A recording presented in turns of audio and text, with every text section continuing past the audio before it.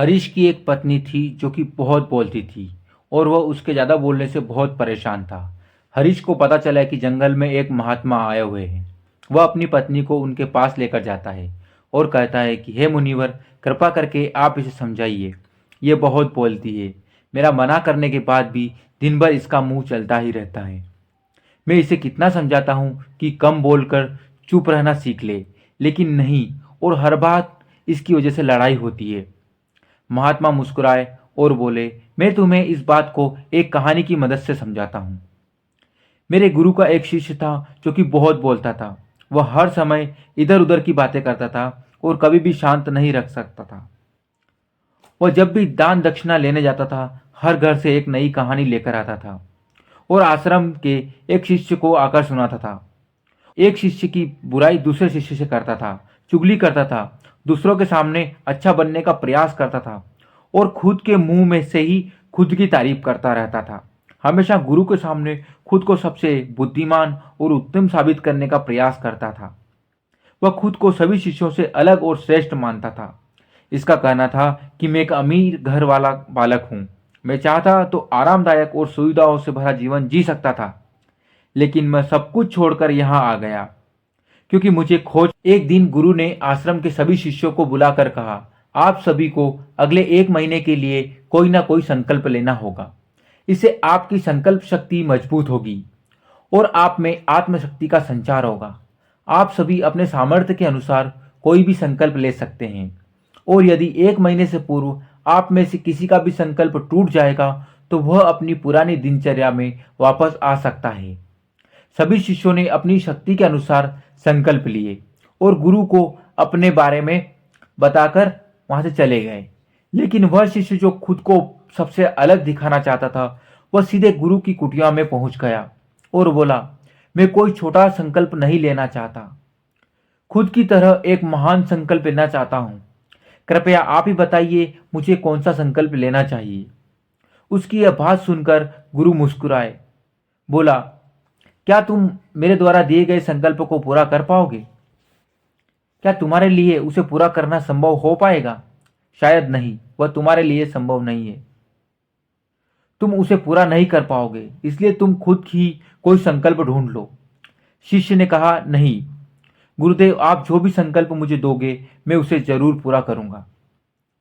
ठीक है, तो तुम अगले 1 महीने के लिए चुप रहो, मुंह से एक शब्द भी नहीं निकालोगे। यही तुम्हारा संकल्प है। शिष्य ने कहा, गुरुदेव, यह भी कोई संकल्प है? यह तो बहुत ही आसान है, आप कोई संकल्प दीजिए। उन्होंने कहा, पहले तो तुम इस संकल्प को पूरा करके दिखाओ। शिष्य ने गुरु की बात मान ली और वह उसी समय वहां से चुप होकर चला गया और वह पलटकर कुटिया से बाहर चला गया। उसे चुप रहना बहुत आसान लग रहा था। उसने एक दिन तो जैसे तैसे चुप रहकर काट लिया, लेकिन दूसरे दिन उसके मन में बोलने का बोझ बढ़ने लगा। तीसरे दिन उसे भारीपन महसूस होने लगा।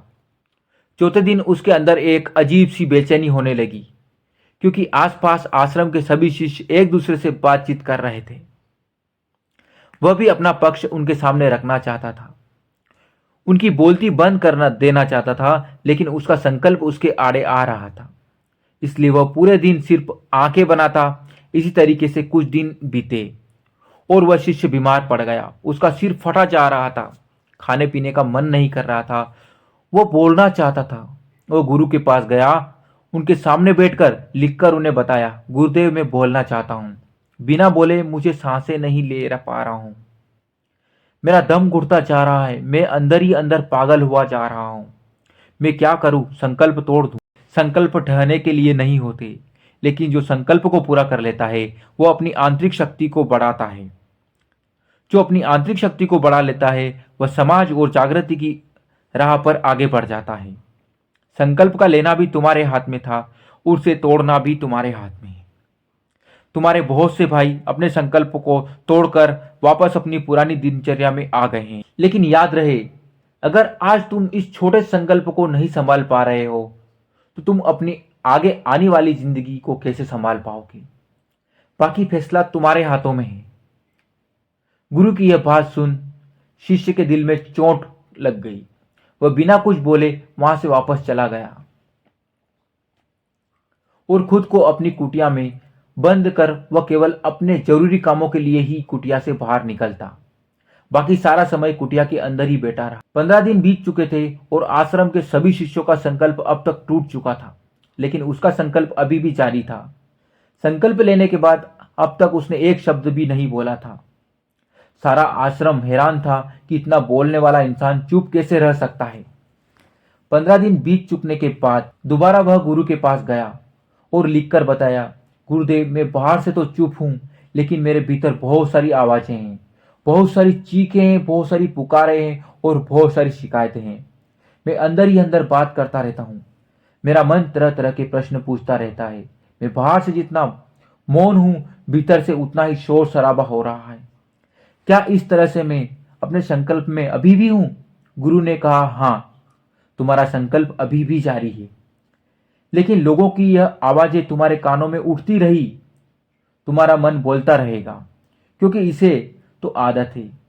तुम भले ही बाहर से चुप रहो, लेकिन तुम अंदर ही अंदर बोलते रहोगे। तुम्हें इन बातों को, इन आवाजों से दूर जाना चाहिए। शिष्य गुरु को प्रणाम कर वहां से चला गया और सुबह होते ही अपनी कुटिया छोड़ जंगल की तरफ चला गया। कई दिन बीत चुके, संकल्प का समय पूरा हो गया, लेकिन शिष्य लौटकर नहीं आया। आश्रम में सभी को डर था कि कहीं जंगली जानवर उसे खा नहीं लिया। इस बीच उसे ढूंढने की बहुत सारी कोशिश की गई, लेकिन वह कहीं नहीं मिला। गुरु भाइयों ने मान लिया था कि जंगली जानवरों ने उसे अपना शिकार बना लिया है। गुरु को ऐसा नहीं लगता था। एक दिन आश्रम का एक अन्य शिष्य गुरु के पास आया और बोला, हमारे उस अधिक बोलने वाले भाई के साथ क्या हुआ होगा? क्या जानवर ने उसे मार दिया होगा? गुरु ने कहा, हो सकता है कि जानवरों ने उसे अपना शिकार बना लिया, लेकिन उसके न लौटने की एक दूसरी वजह भी हो सकती है। शायद उसे वह मिल गया जिसके लिए वह गया था।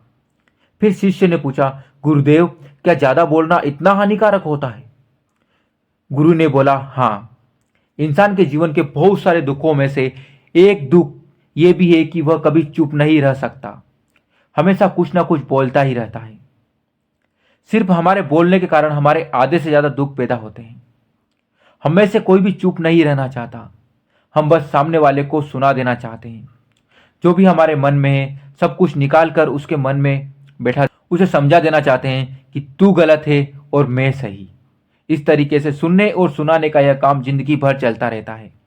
लेकिन इस नासमझी से हम अपना समय, अपना जीवन, अपनी समझ, सबसे महत्वपूर्ण कीमती पल जो जिए जा सकते थे, अनुभव किए जा सकते थे, जिनमें आनंद को प्राप्त किया जा सकता था, यह सब कुछ खो देते हैं। लेकिन इसके बदले हमें मिलता क्या है? कुछ नहीं, सब व्यर्थ और बर्बाद हो जाता है। इसका समाधान क्या है? गुरु ने कहा, पूरी जागरूकता के साथ अपने विचारों को देखना, यही एकमात्र तरीका है। सारी मानसिक समस्याओं को वर्तमान में रहकर चिंतन करना, पूरी जागरूकता के साथ अपना काम करना, जिंदगी में चमत्कारिक बदलाव ला देता है।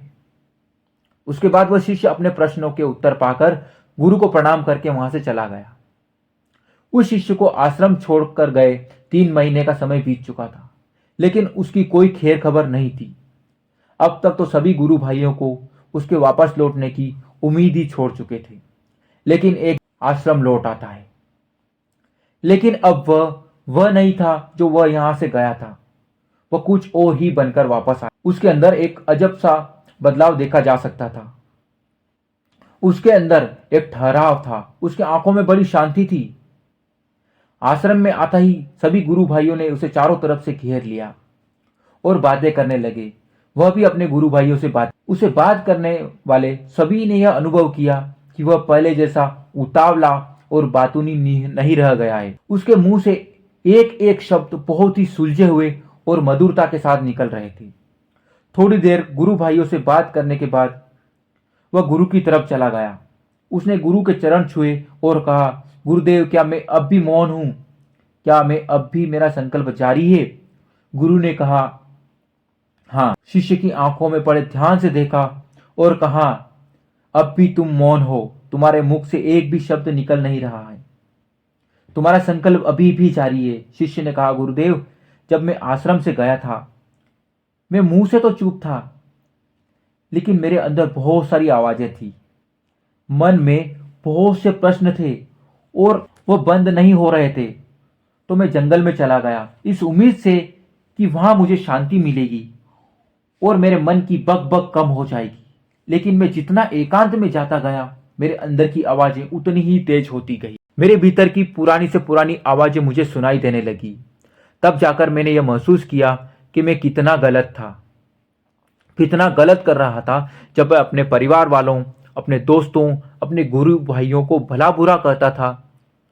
तो उस समय मुझे लगता था कि मैं सही कह रहा। जब मैं गुरु भाइयों की एक दूसरे से चुगली करता था, उनका मजाक बनाता था, तब भी मुझे यही लगता था कि मैं उनसे बेहतर हूं, मैं सही। लेकिन उस दिन मैंने पहली बार महसूस किया कि मैं कितना गलत बोलता था। काफी दिनों तक ये आवाजें, ये शिकायतें मेरे अंदर चलती रही, लेकिन धीरे धीरे करके ये सारी आवाजें मेरे अंदर समाप्त हो गई। अब मैं भीतर से भी मौन हो गया। घने जंगलों में बाहर से बोलने वाला कोई था नहीं और भीतर से कोई आवाज। और उस दिन पहली बार मैंने मौन का सही अर्थ समझा। मेरे चारों तरफ बहुत शांति थी, लेकिन अभी भी कुछ आवाजें आ रही थी जो पहले आती थी, लेकिन मैं उन्हें सुन नहीं पाता था। अब मैं उन्हें सुन पा रहा हूं, स्पष्ट रूप से सुनाई देती है मुझे। हवा के चलने की आवाज, चिड़ियों के चहकने की आवाज, पानी के बहने की आवाज, वे सभी आवाजें मैंने पहली बार पूरे होश पूर्वक सुनी। अपने चारों तरफ इतनी शांति मैंने पहली बार। इस शांति को भंग करने के लिए मैंने पहली बार अपने मुंह से कोई शब्द निकाले। मैं चिल्लाया, हे ईश्वर, ये कैसी शांति है? सभी कुछ इतना शांत क्यों? ऐसा क्या हो गया? लेकिन मेरे चिल्लाने के बाद भी मैं शांति भंग नहीं हुई। सब कुछ पहले जितना ही शांत था, बाहर भी और भीतर भी। हे गुरुदेव, मैंने अपने गुरु भाइयों से बात की, मैंने आपसे बात की, मैं बोल रहा हूं, मैं चल रहा हूं, मैं सब कुछ देख रहा हूं, लेकिन मैं अपने भीतर एकदम एकांत में हूं। मैं मौन में हूं, मैं भीड़ में होता हूं, तब भी भीतर से एकांत में होता हूं। जब मैं खुद से भी शोर करना चाहता हूं, तब भी एकांत में होता हूं। अब सब दिखाई देता, सब कुछ दिखाई पड़ने लगा है, सब कुछ सुनाई पड़ने लग गया है। गुरु ने कहा, जब तक हम बाहर की तरफ बोलते रहेंगे, भीतर अशांति ही रहेगी। जिस दिन हम भीतर की तरफ मुड़ जाएंगे, तब हमारे मुंह से कुछ भी निकलेगा, हम शांत ही रहेंगे। दुनिया में जितनी भी बुराइयां हैं, ज्यादातर हमारे बोलने से ही उत्पन्न होती है, क्योंकि हम चुप नहीं रहना चाहते। हम जितनी जरूरत होती है उससे कहीं ज्यादा बोलते हैं। हम सामने वाले को सुनना नहीं चाहते, बल्कि उसकी बोलती बंद कर देना चाहते हैं। उसे समझा देना चाहते हैं कि मैं कौन हूं, मैं क्या हूं और मैं क्या कर सकता हूं। और वही हमारी जिंदगी का मकसद बन जाता है। हमारी सारी ऊर्जा व्यर्थ का बोलने में बर्बाद होती जा रही है। ऐसे ही समाज में लोगों का जीवन दुखों से भरता जा रहा है, जो हमेशा एक दूसरे को सुनाने में लगे रहते हैं, कभी एक दूसरे को सुनना नहीं चाहते, समझना नहीं चाहते, चुप रहना नहीं चाहते, क्योंकि चुप रहना उन्हें छोटा महसूस करवाता है। दुनिया की सभी लड़ाइयों का कारण हमारा बोलना ही है, इसलिए हमें सिर्फ उतना ही बोलना चाहिए जितनी जरूरत हो, क्योंकि व्यर्थ का बोलना ऊर्जा को नष्ट करना है। यह बोलना ही हमें कभी अपने भीतर की ओर लौटने नहीं देता, क्योंकि यह हमें बाहर की ओर खींचकर रखता है। और बाहर ही क्या, इस संसार के अलावा, लेकिन अपने भीतर की ओर मुड़ना, इस मुंह को बंद करके ही रखना चाहिए। इसलिए जितने भी बुद्ध हुए, आत्मज्ञानी हुए, वह सभी एकांत की ओर भागे, ताकि उन्हें ज्यादा बोलना ना पड़े, ज्यादा सुनना ना पड़े। वह एकांत में रहे और शांत रहे, इसलिए आसानी से भीतर की यात्रा कर पाए। इसलिए कोई चाहे तो इस संसार में रहकर भी एकांत में रह सकता है, शांत रह सकता है, लेकिन इसके लिए उन्हें अपनी ऊर्जा बचानी होगी, जिसे वह अब तक अपने व्यर्थ के शब्दों में बर्बाद कर रहे थे। दोस्तों, इस कहानी की सीख यह है कि व्यर्थ का बोलना ऊर्जा को नष्ट करना है। ज्यादा और व्यर्थ बोलना ही हमें अपने भीतर की ओर लौटने नहीं देता, क्योंकि यह हमें बाहर की ओर झुकाए रखता है। और जिन्हें भीतर की यात्रा करनी है, उन्हें अपने मुंह को बंद रखना ही चाहिए। मुझे उम्मीद है कि आपको यह कहानी पसंद आई होगी और कहानी में कुछ सीखने को मिला होगा। कहानी के बारे में आप अपने विचार हमें कमेंट बॉक्स में कमेंट करके बता सकते हैं। बाकी अगर आपको ये कहानी अच्छी लगी हो तो इस वीडियो और इस चैनल को सब्सक्राइब करिए ऐसे ही इंस्पायरिंग और मोटिवेशनल वीडियो के लिए। मिलते हैं नेक्स्ट वीडियो में, तब तक के लिए जय हिंद, वंदे मातरम।